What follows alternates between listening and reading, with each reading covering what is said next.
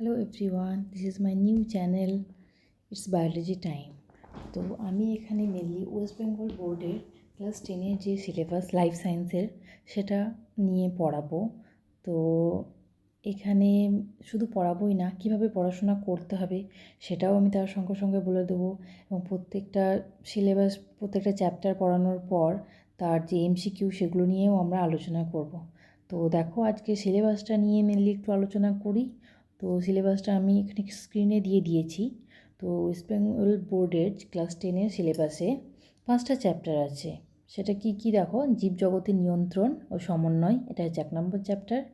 2 নম্বর chapter হচ্ছে জীবনের প্রবহমানতা।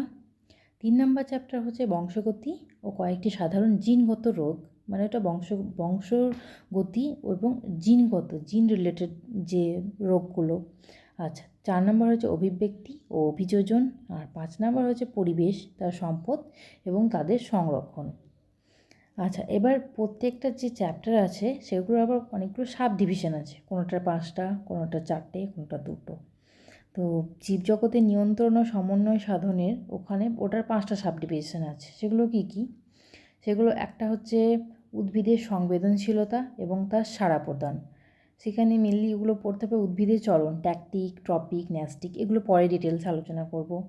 তারপরে হচ্ছে যে 2 নম্বর হচ্ছে উদ্ভিদের সাড়া প্রদান এবং রাসায়নিক সমন্বয়, মানে এখানে মেনলি প্ল্যান্ট হরমোনটা পড়তে হবে।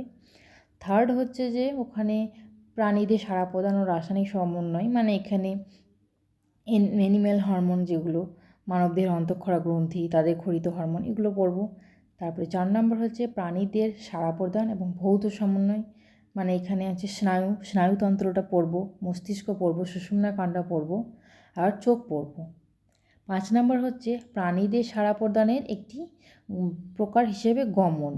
তো ওখানে বিভিন্ন ধরনের প্রাণীর গমন পড়ব, যেমন অ্যামিবা আছে, প্যারামেশিয়া আছে, ইউগ্লিনা আছে, এগুলো। তারপরে চলে আসি আমরা সেকেন্ড চ্যাপ্টারে, জীবনের প্রবহমানতা। জীবনের প্রবহমানতায় আমাদের কী সাব ডিভিশন আছে? কোষ বিভাজন এবং কোষ চক্র। সেখানে আমরা ডিএনএ, আরএনএ, ক্রোমোজোম সবটাই পড়ব। তারপরে আছে কোষ চক্র পড়ব। তারপরে হচ্ছে জনন, ওরা 2 নম্বর সাব ডিভিশন হচ্ছে জনন। জননের পদ্ধতি পড়ব, অযৌন জনন পড়ব, অঙ্কজ জনন পড়ব।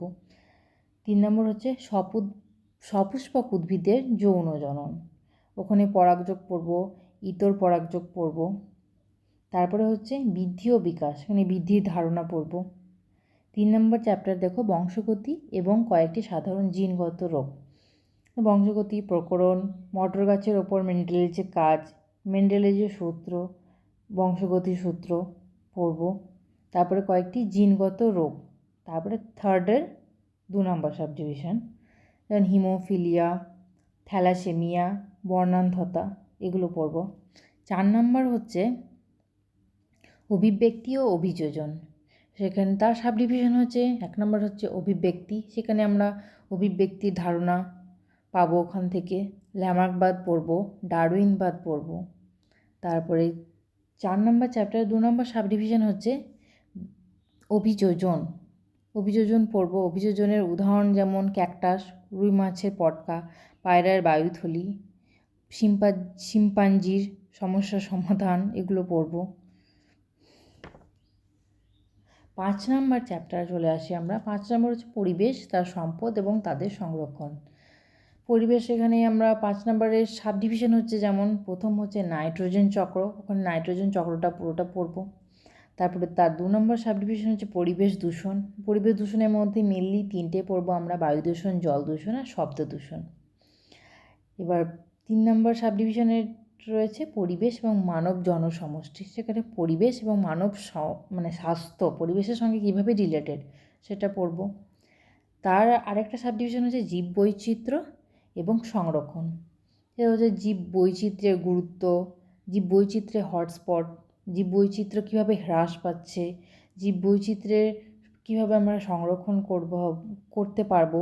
আর তার সঙ্গে পড়ব কিছু বিপন্ন প্রজাতি, যেগুলো বিলুপ্ত প্রায় সেগুলো, এবং যেগুলো বিলুপ্ত প্রায় হয়ে যাচ্ছে তাদের সংরক্ষণ কীভাবে করব, সেই সমস্তগুলো আমাদের ডিটেলসে পরে অন্য ভিডিও আসবে আরও, যেগুলোতে আমি প্রত্যেকটা চ্যাপ্টার ধরে ধরে ডিটেলসে পড়ানোর চেষ্টা করব।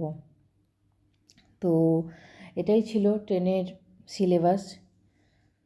পরবর্তী ভিডিওগুলোতে তোমরা আমার সাথে থেকো।